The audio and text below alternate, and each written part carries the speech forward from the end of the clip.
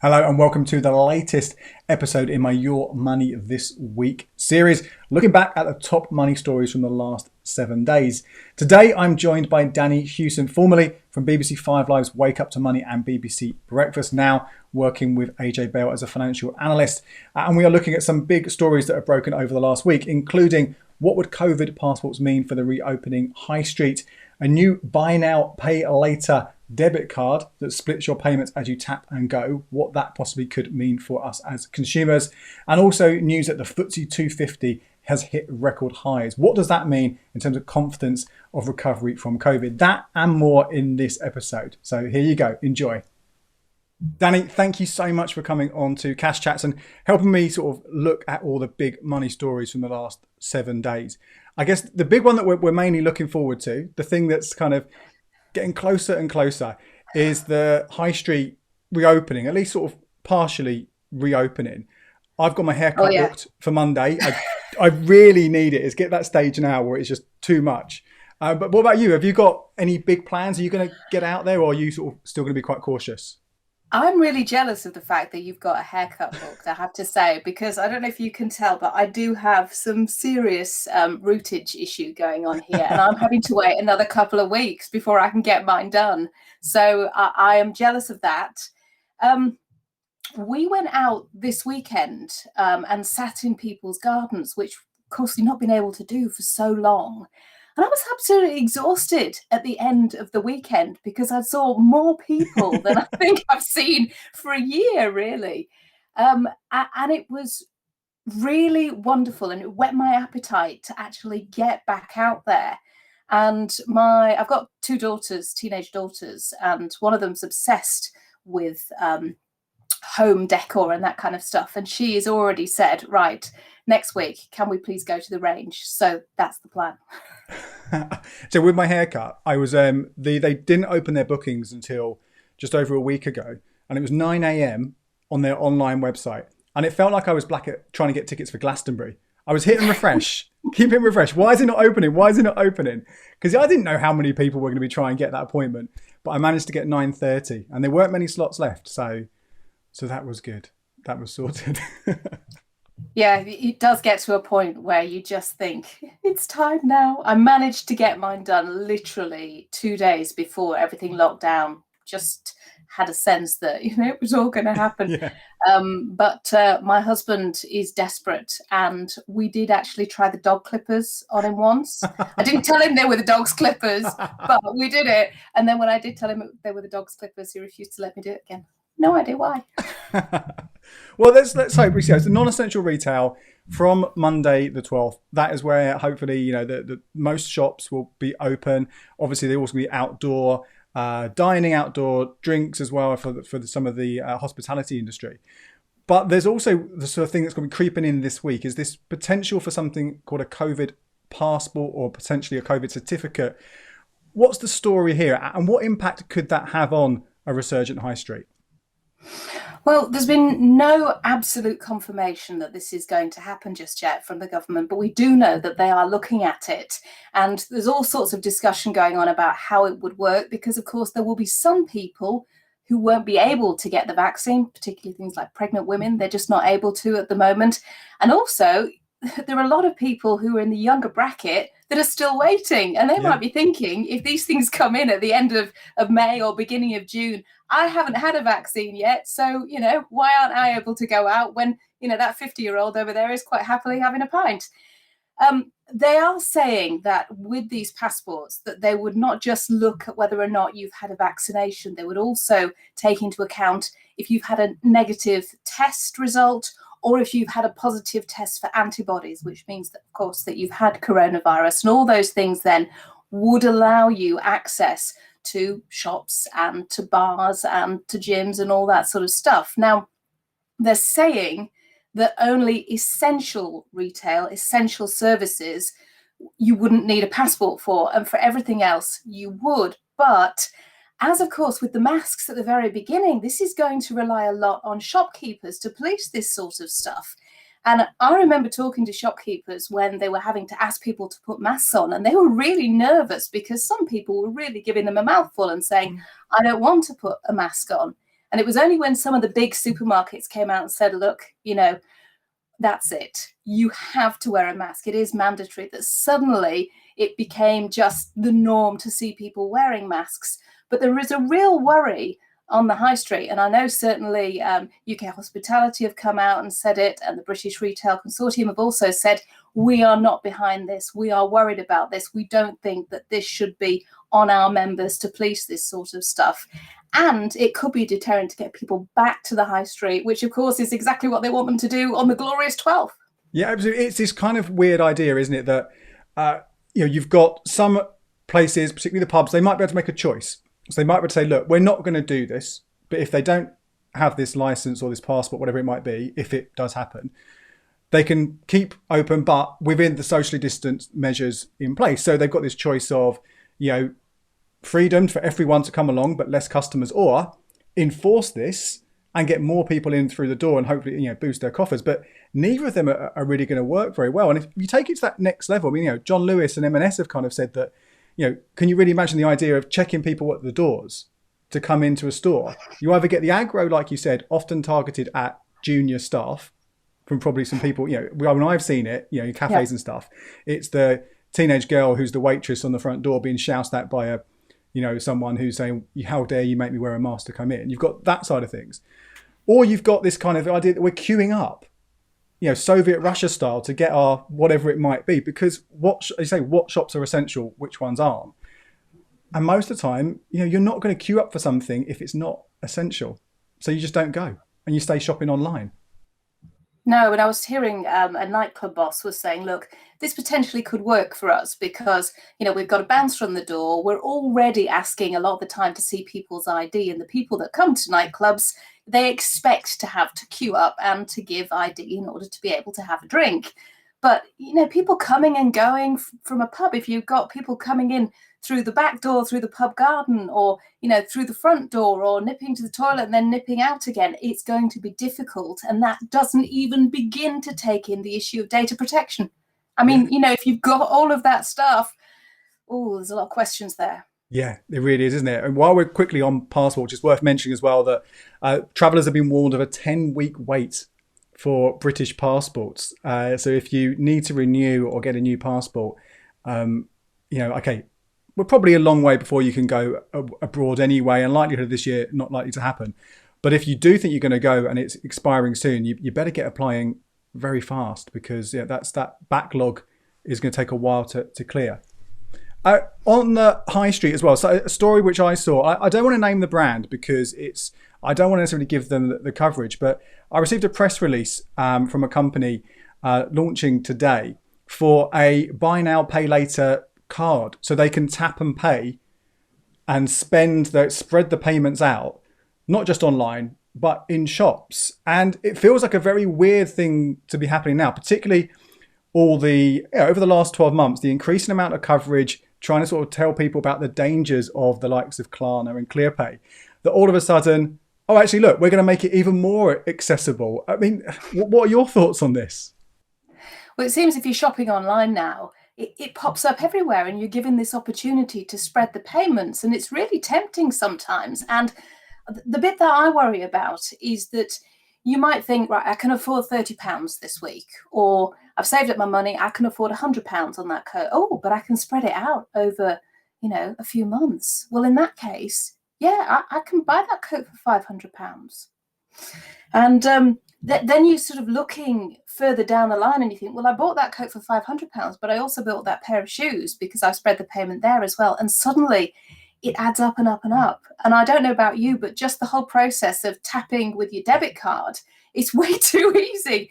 And if you can do that with a buy now, pay later, I think the temptation is going to be really great. And for people that don't have the experience with dealing with things like credit cards, they might not realize how quickly you can get into this sort of dangerous spiral. And although you can't build up a credit rating by using these things, if you miss a few payments, then it will damage your credit rating. And I think that they can be great. I mean, for retailers wanting to get people through the doors, anything that's going to make life a bit easier for you and allow them to compete with online, which you can get this buy now, pay later almost immediately.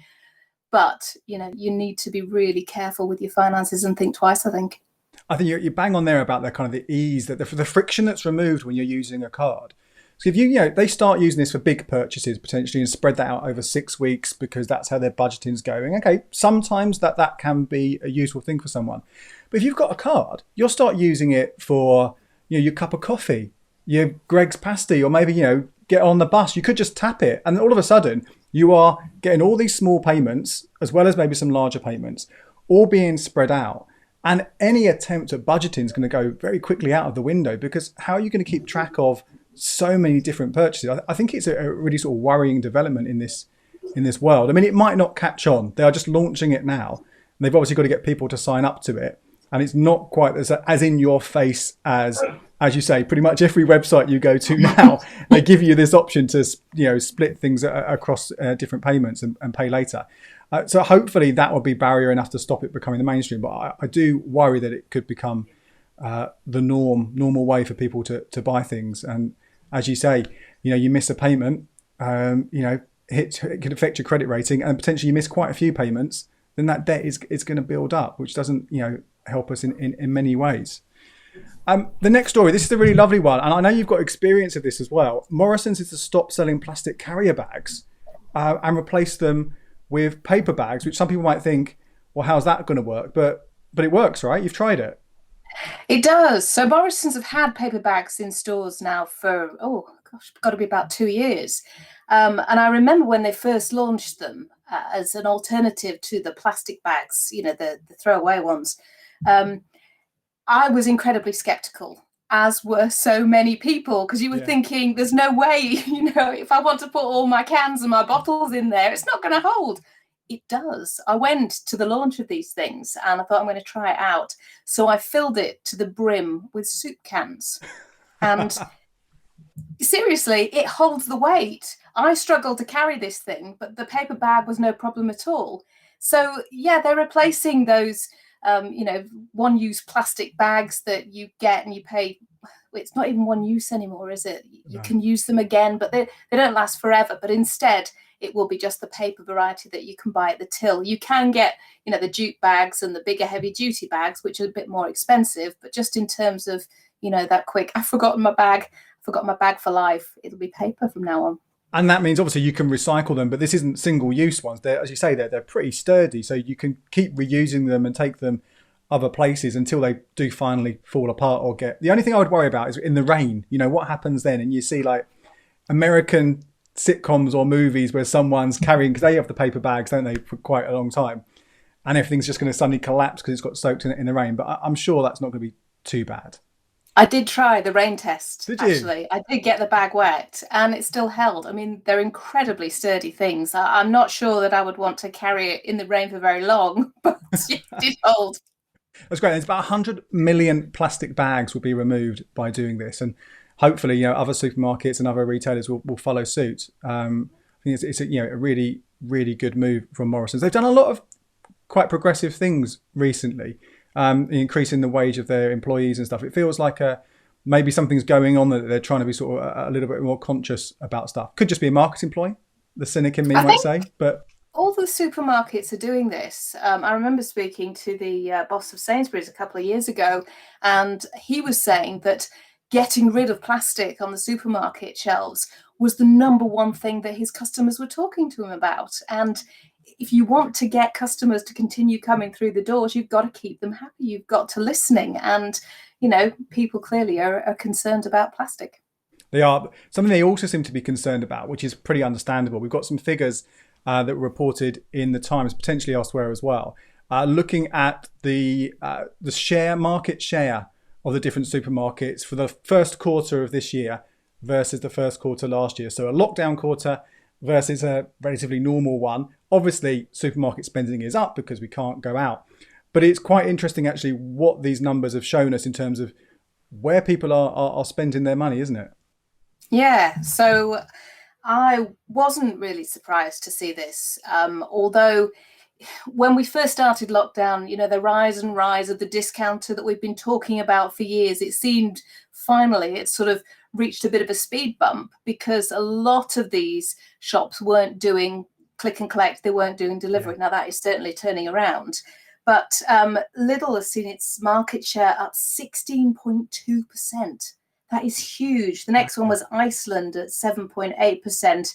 Aldi was next, then Asda, and then Morrison. So it's clear that people are now looking very much for value, because although we talk a lot about, this pent-up spend that's coming and people that have managed to save quite a lot during the pandemic, during lockdown, maybe they've been able to work from home, they've not been able to take holidays, but also it has been really expensive for a lot of people. And if you've lost your job, you've been furloughed, your hours have been cut, whatever is happening with you, or you've just had kids at home and you've had to pay, for that constant opening of the fridge door, then you will be thinking about making that money stretch a little bit further. And that is where the discounters really have it sewn up.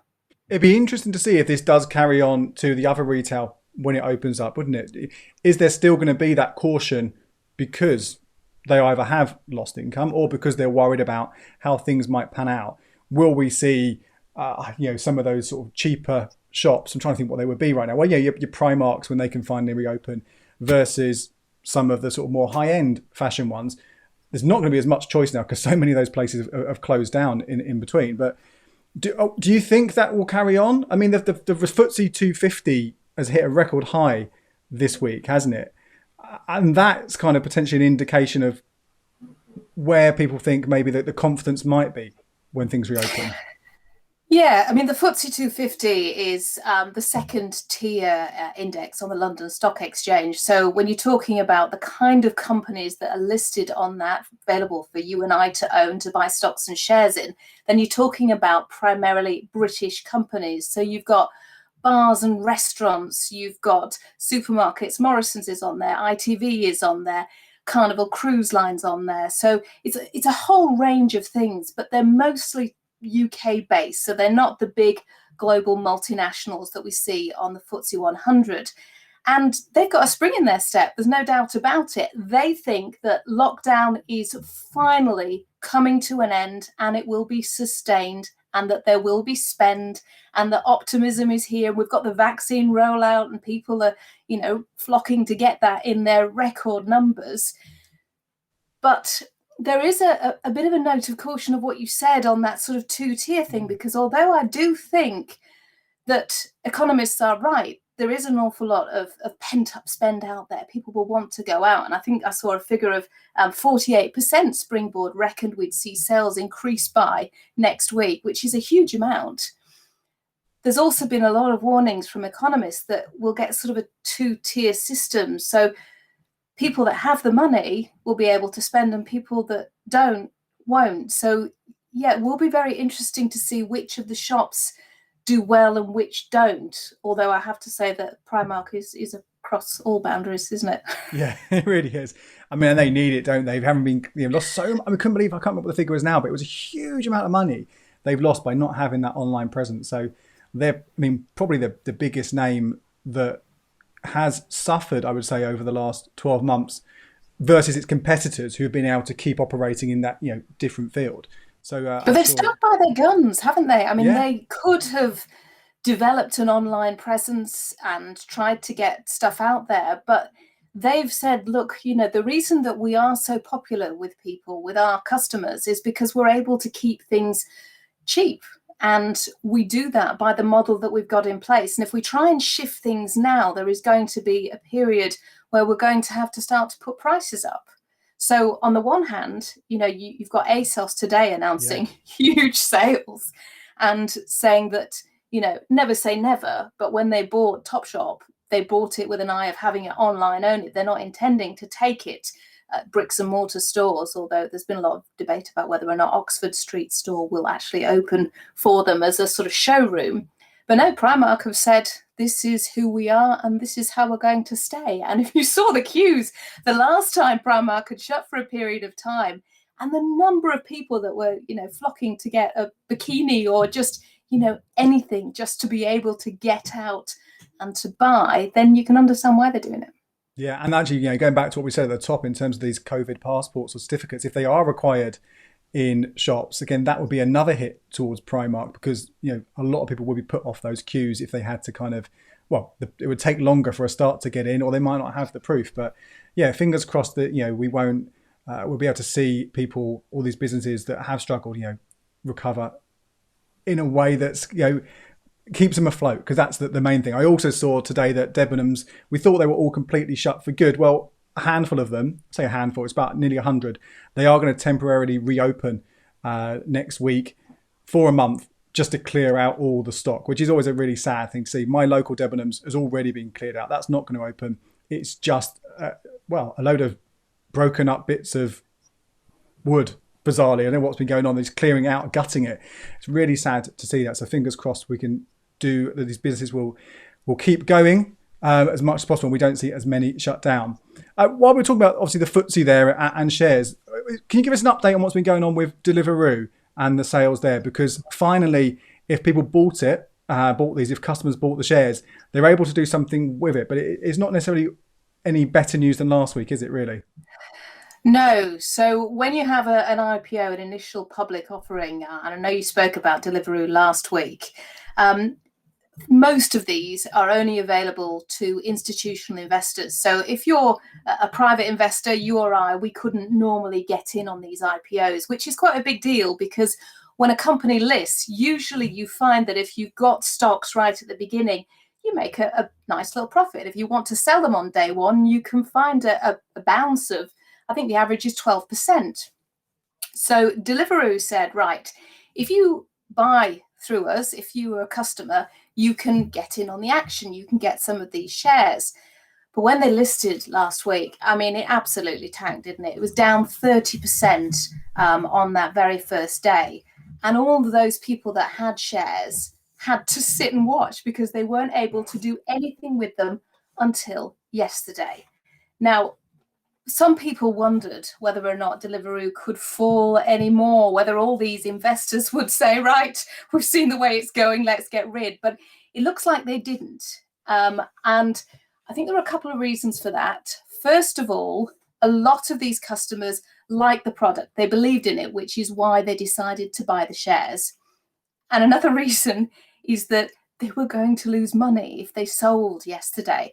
It did a bit better. It gained a couple of pence, but when you're talking about £2.86 compared to £3.90, you can see how much people would lose if they sold now. So I think if they hold on for a while, tech stocks have a habit of coming good in the end, but they are growth stocks, and you could be talking a good couple of years before you see those losses made up.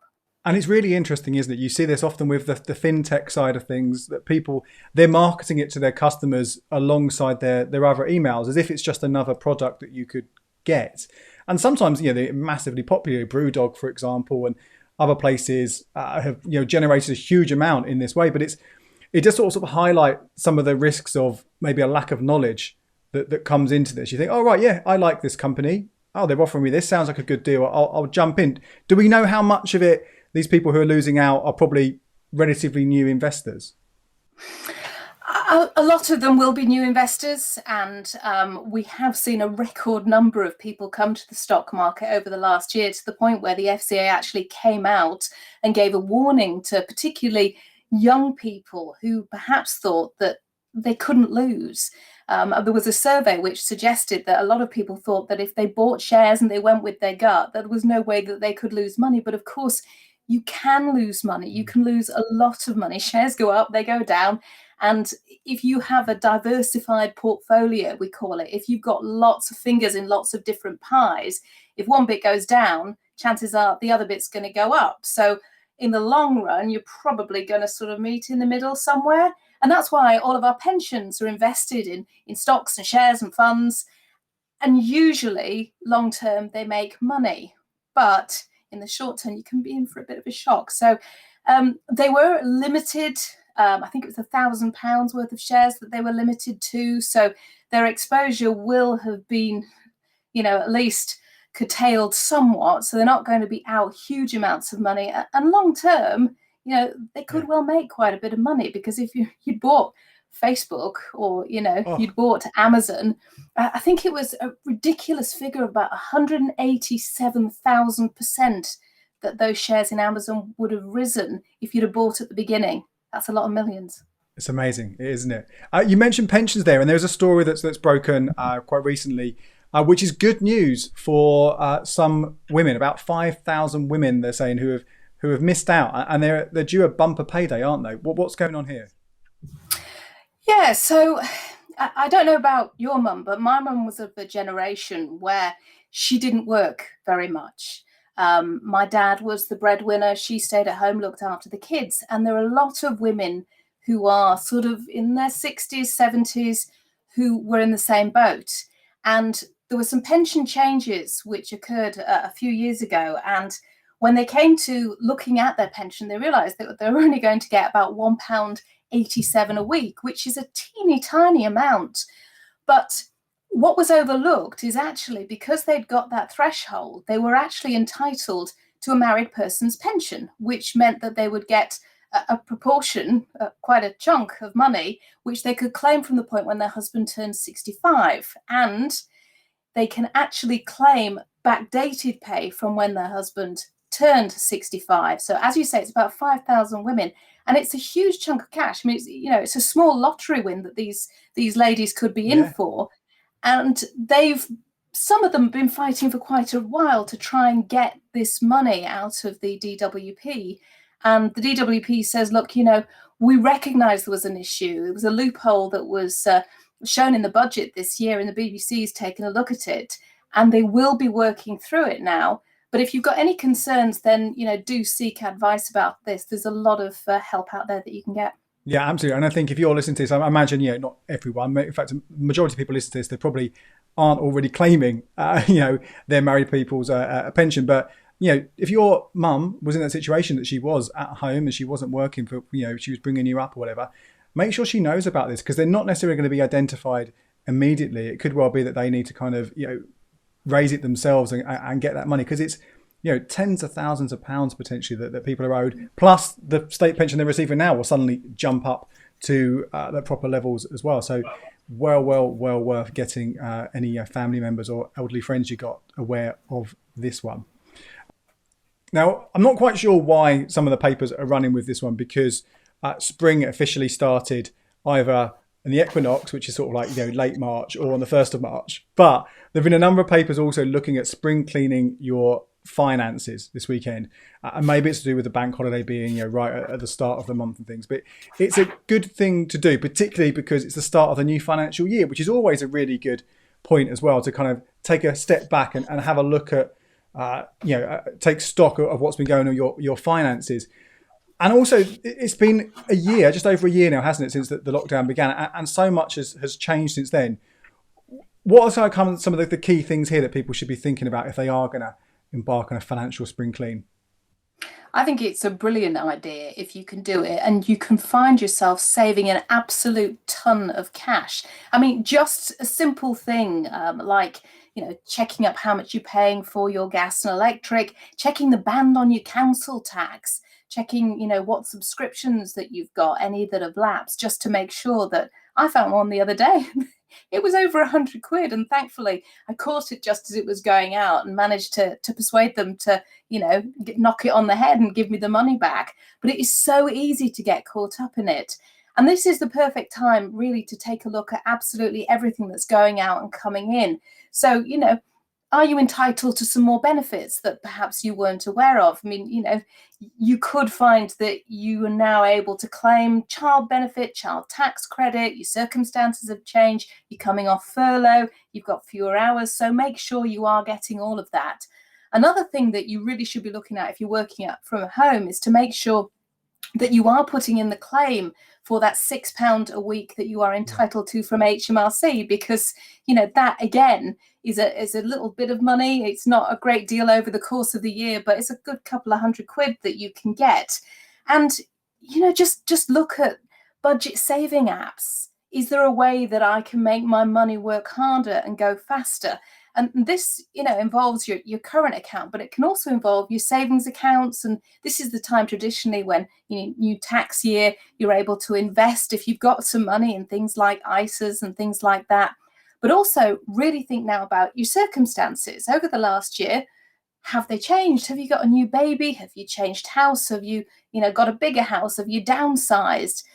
What is going on with your life? You may be approaching pension age or, another milestone. And it's really worth then having a look at, has the risk factor changed? Can I take more risk with my money? Do I need to take less risks with my money? And there are huge things that you can do to make sure that, it's working a little bit harder for you. Even, I know you're a big fan of these, when you buy your grocery shopping, get cash back.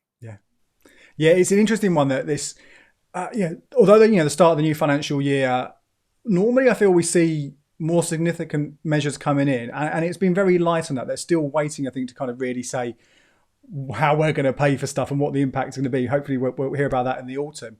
But there have been, as you say, a few increases in, quite small ones, but you might be getting more for certain benefits you're claiming. The minimum wage has increased a small amount as well. So if you have budgeted at all based on those figures, well, just double check, see what that's going to mean for the whole of the next year. And as you say, that might free up, these are small increases we're seeing, but it might free up a little bit for you to spend or save or invest elsewhere. So yeah, it's well worth, it's a nice point. I still get bee in my bonnet about this not being spring, but it's good. Yeah, it is a milestone. It definitely is a milestone to start looking at these things. I think the whole idea is that it's a bit warmer, isn't it? So you can open your windows and you can sweep the house out. That's the whole idea of a spring clean. Yeah, not this weekend. Snow where I was. I'm sure lots of people had that. It was an unusual April start, wasn't it, an Easter? But Danni, this has been fantastic. Thank you so much. So many great stories covered there, and really, really appreciate your insight. Particularly, you've spoken to so many people. I've listened to you speaking to so many people on Wake Up to Money, these business leaders and normal people as well. It's great to get that insight as well. If people do want to find you online in your new home, what's the best place for them to do that and to follow what you're doing? Yeah, you can find me on Twitter at Danni Hewson, or I am also on Instagram at DanniBiz, or LinkedIn as well. And every week we also do a money and markets podcast with all my colleagues at AJ Bell. So do have a look, have a listen, and thanks very much for having me on. Cheers, Danni. Thank you. Thanks. Now, if you want to read more about any of the news stories that Danni and I covered today, head over to the blog, becleverwithyourcash.com/cashchats184. The link will be in the notes below as well. That's where you'll find links to take you through to the different news articles, which also give you a bit more information about the things we spoke about. And don't forget as well, if you want to subscribe to my Cash Chats podcast, just head over to however you listen to your pods, Apple Podcasts, Google Podcasts, Amazon Music, Spotify, all those places and many, many more. Just search for Cash Chats, 2 episodes every week. This regular Friday episode, plus on a Tuesday, I'm regularly joined by a guest to break down something in much more detail. My name's Andy Webb. Thank you so much for watching. Until next time, cheers. And here are a couple more videos you might find interesting.